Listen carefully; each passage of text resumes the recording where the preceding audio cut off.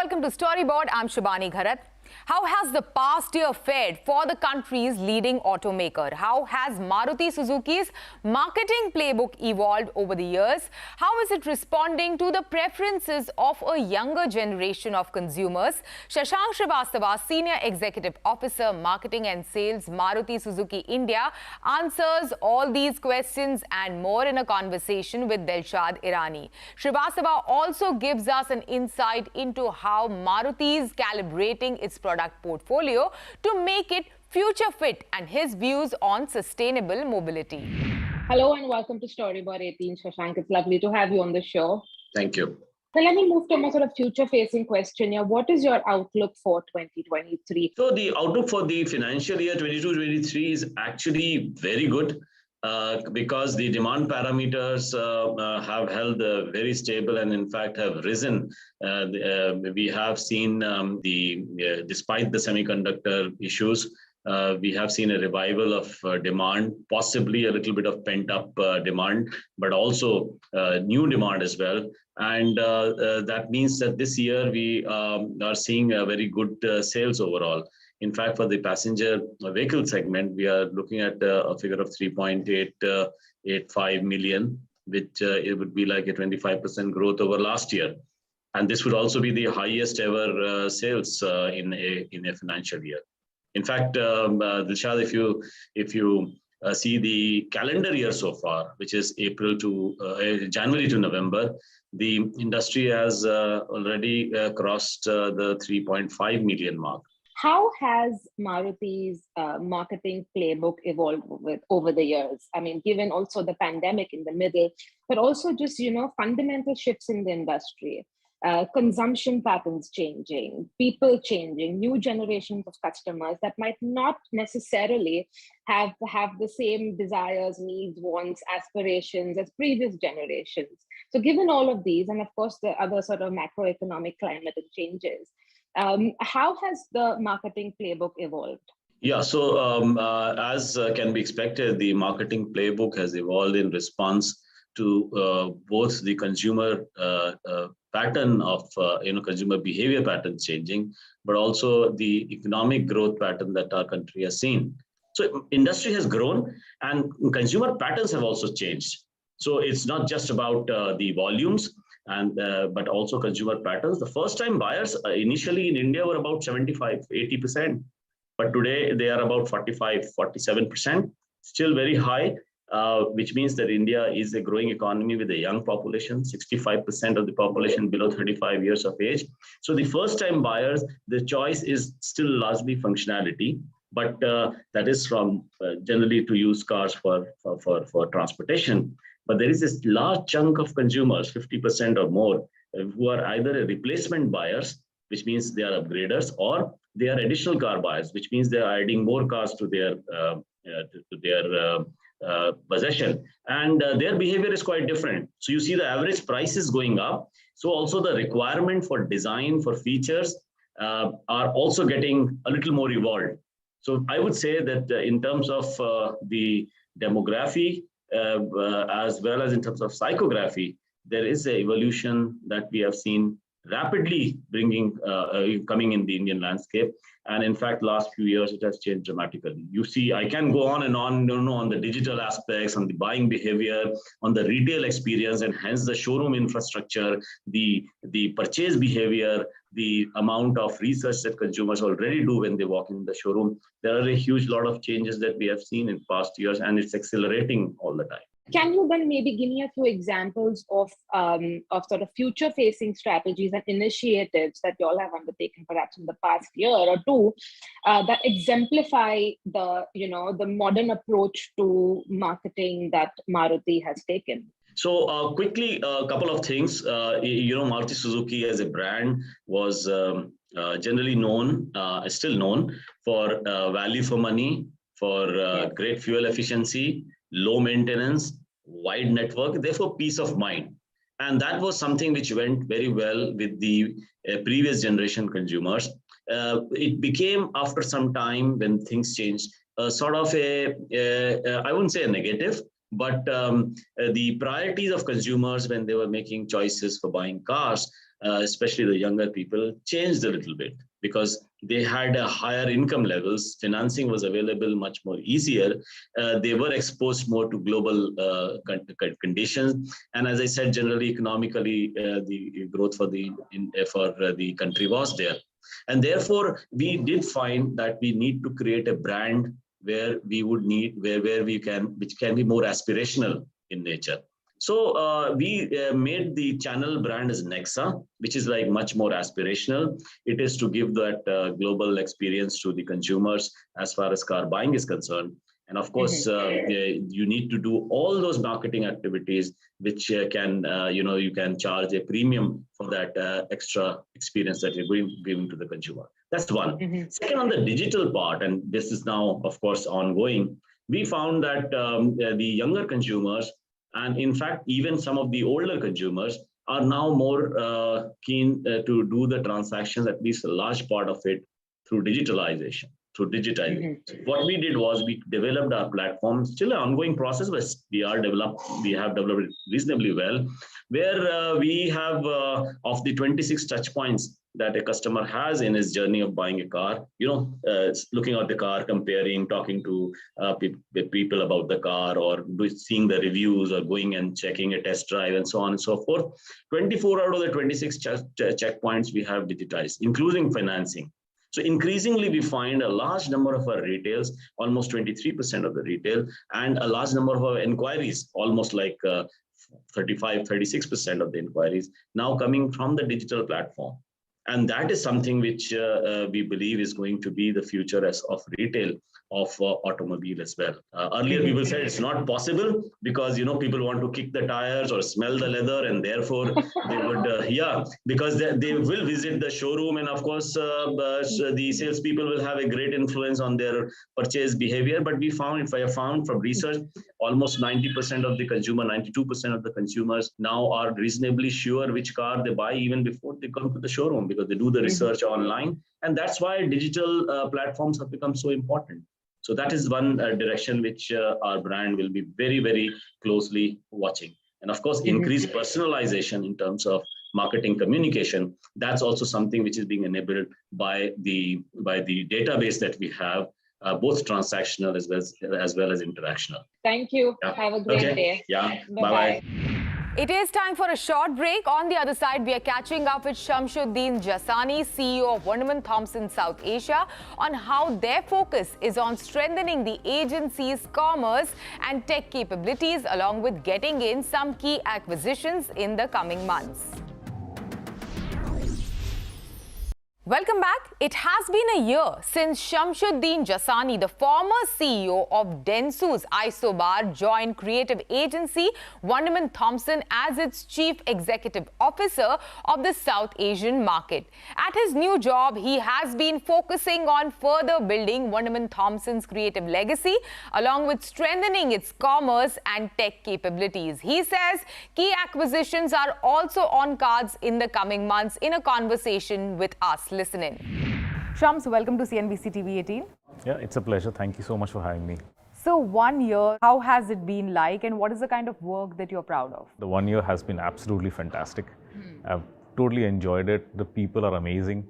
I think that is the lifeblood of any organization. So I think that's where I feel that there is a great, I would say, product that we have within Wunderman Thompson and the group. I mean, we have a mixture of services that are there, from Wunderman Thompson, the agency, to Wunderman Thompson Commerce, which is a hidden gem of more than 600 people, that sit out of Gurgaon.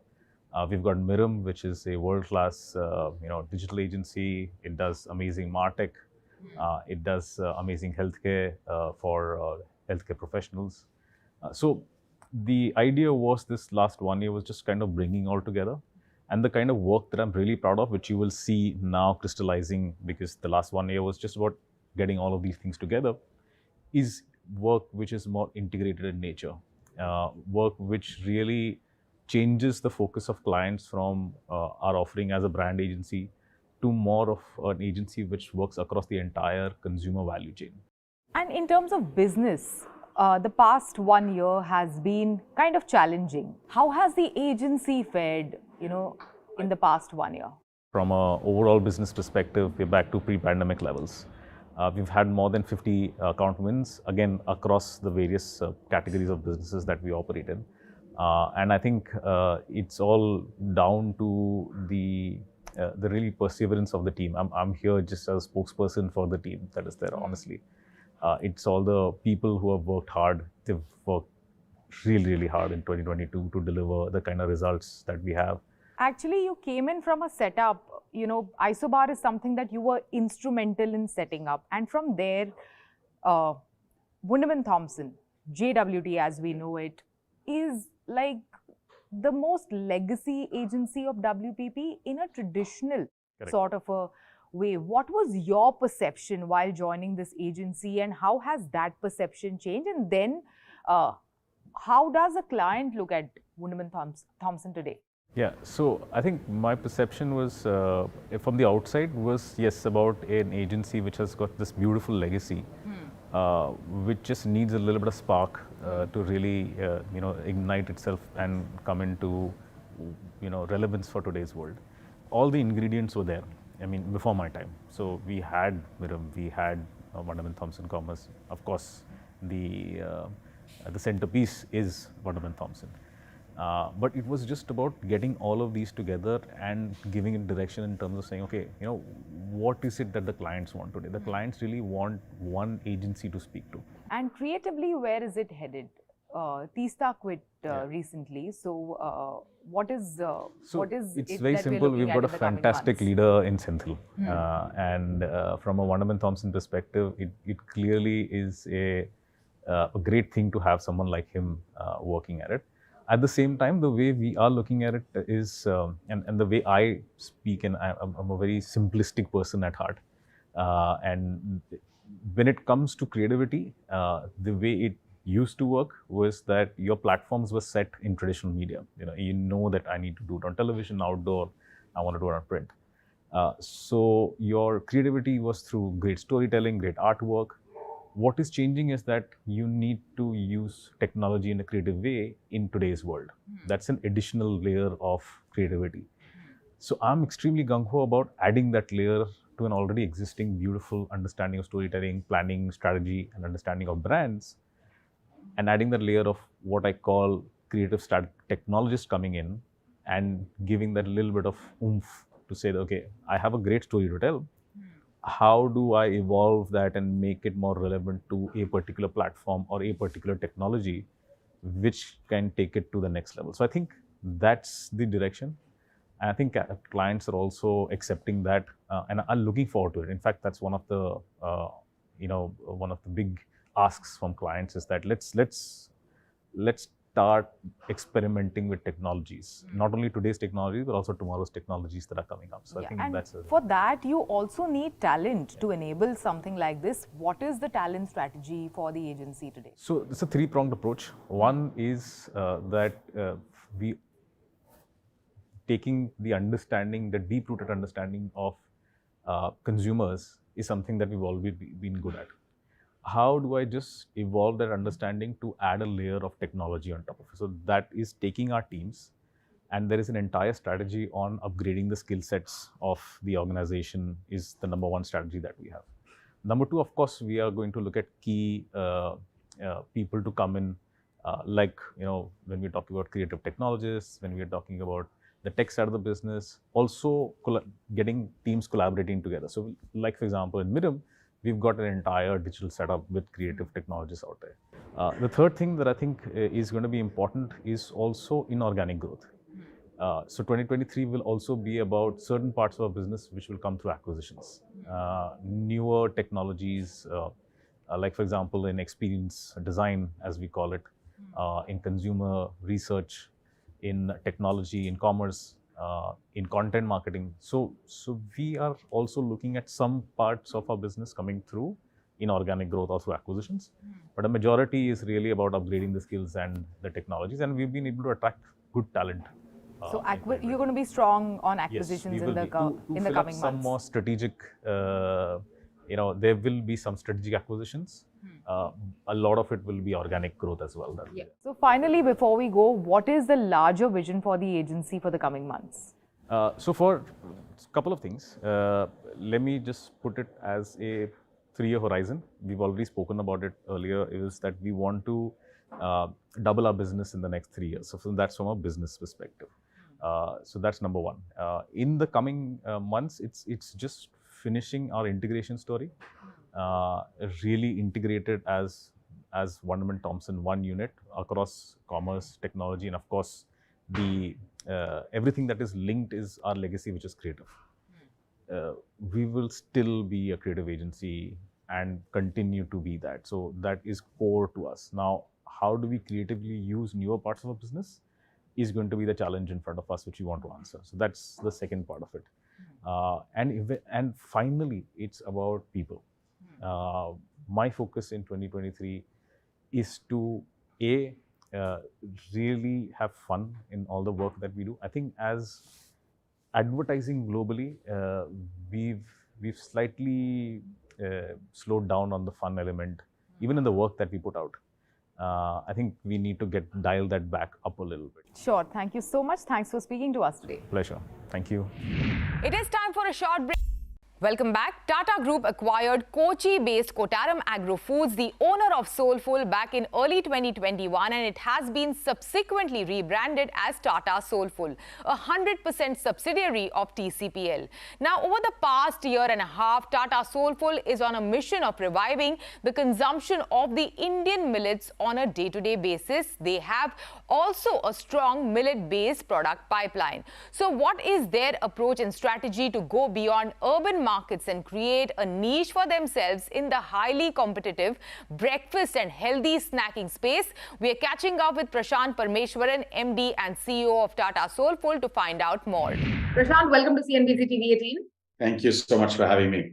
Tata Soulfull is fairly a new player into this whole breakfast cereals and this healthy snacking space. So how exactly are you creating a niche for yourself? Our vision and our mission is, how do we make India's ancient grains, in other words, millets, how do we make them relevant to the 21st century consumer?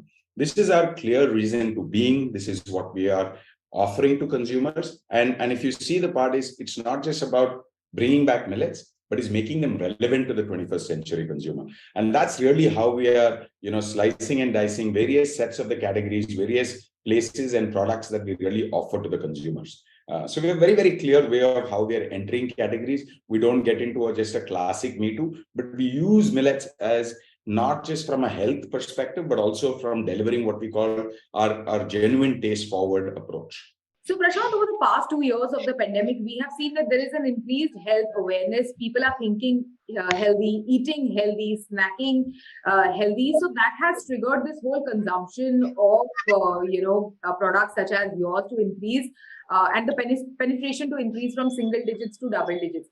But it is still a long way to go, considering, a market like ours where every region has its own breakfast and snacking options. So what will drive growth in the coming days, apart from these 2 years of the pandemic, and what will drive growth beyond the urban markets to, let's say, smaller towns and smaller cities?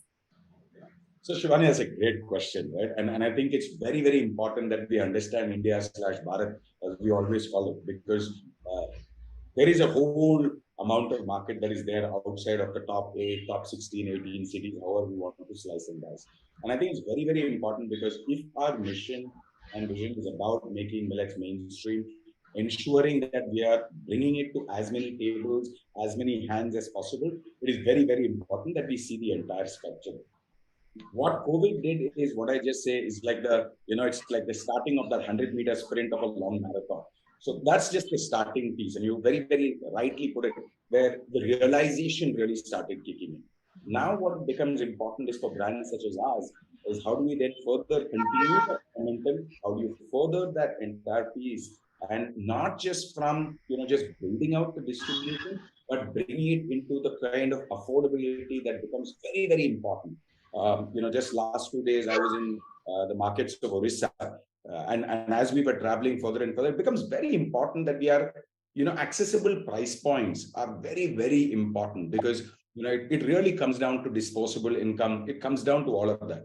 even in an urban center, we see that, but it becomes more and more pronounced as we leave the city centers. And I think that's a very important piece, that you don't just end up, offering the large packs, higher price packs, but you bring what we call LUP and lower unit price packs that really are very, very important for consumers to really try.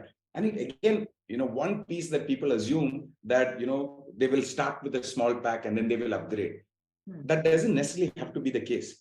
Right. And that's the beauty of a country like India, where basically people say, I have a lot of wants. I have only X amount of a disposable income. So I'd like to have them in small pieces. We've seen them with a classic shampoo, as we've always seen the entire sachet business. And I think it becomes very important to say, how does then that become and build a very, very strong business model as well? So I think finding that balance becomes very key. Growth, very, very interestingly, beyond the top 18 cities is at a very rampant space. Also, the point that you made on, getting in the small packs, it's not just about trial, but somebody doesn't have that kind of a disposable income. And that has also led to many of these fairly established players such as Kellogg's and Baggeries to launch smaller SKUs and focus a lot on their distribution strategy in these smaller cities and towns. What are you doing in that direction? If you can share some insights. I like to look at this as chapters of a book called Soulfull. And so the first chapter was, we were in the key cities, we were in modern trade. We expanded ourselves into cities. We took ourselves to around 10,000-15,000 stores. We were very clear that this is only going to get us till a place. We've got a proof of concept, and that's where the integration with Tata Consumer happened. And essentially what we then had was the entire sales and distribution network that sells tea and salt into the entire country. And just to give you some data points, we moved from 15,000 stores to around maybe 1.5 lakh to 2 lakh stores in a period of around 8 to 12 months. And today, and further on from there, today we are close to around 4 lakh stores. And for us to be moving, and we are still going to, we have very, very aggressive distribution plans.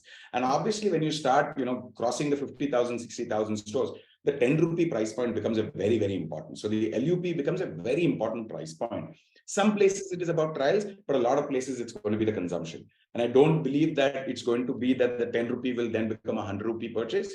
It'll happen in some cases, but more likely than not, how does that become a key? So absolutely, that is a growth driver piece. That is a distribution game that we are also going to be playing, so that they're able to reach the masses. And what better than a place like TCPL, where salt, tea, all of them are going to all the nooks and corners of the world, of India. Great. Thank you so much. Thanks for joining us today. Thank you so much, Shivani. It was a pleasure talking to you as well. Moving on, Zomato Live is the events business of food tech company Zomato. They also have Zomaland, which is a subscription-based event designed for feeding India with an aim to address the issue of malnutrition and other health issues related to nutrition deficiency.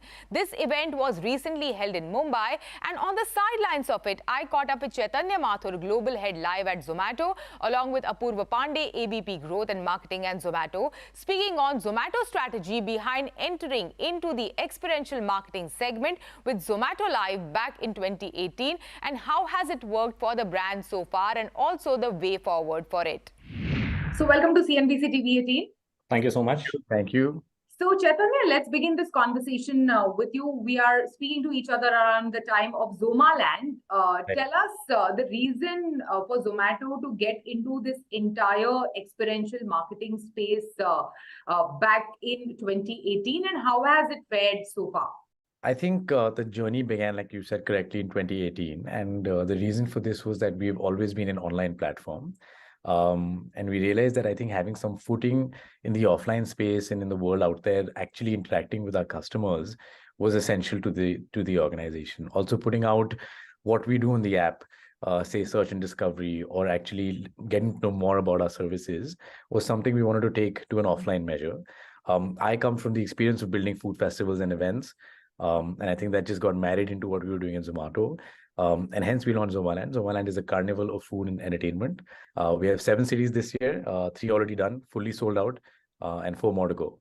Apurva, over to you. What is the kind of impact of all of this on the perception of brand Zomato? What we cater towards is, or what we expect, is to build brand love and mental availability, right? So these are the 2 vectors or the 2 metrics that we, expect of a good outcome, out of whatever we are doing.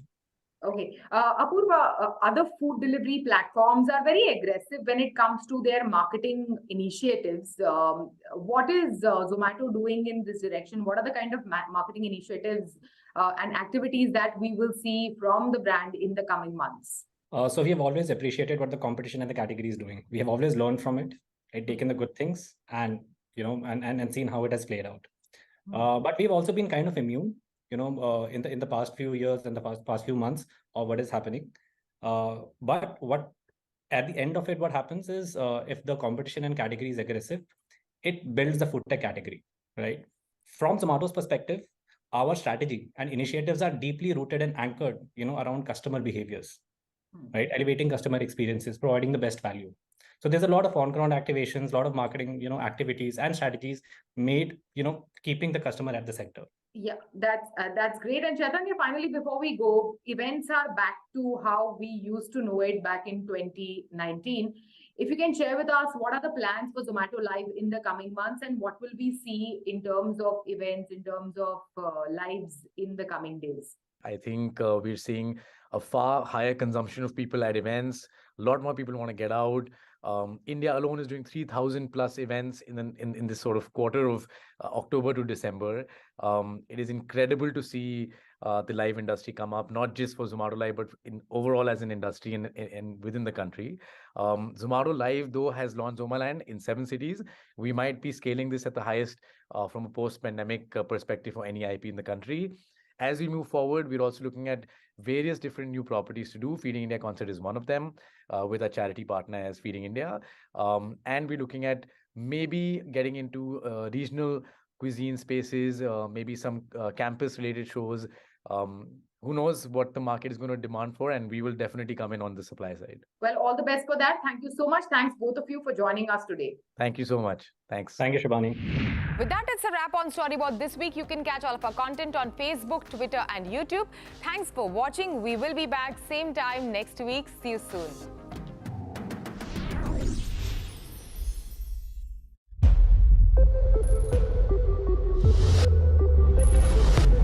8 p.m. where India comes first. The Right Stand. 9 p.m. where the big stories are simplified, bite by bite. Prostax. 10 p.m. where you get news from the source, without the noise. News Epicenter. The ultimate prime time. Weeknights 8 to 11.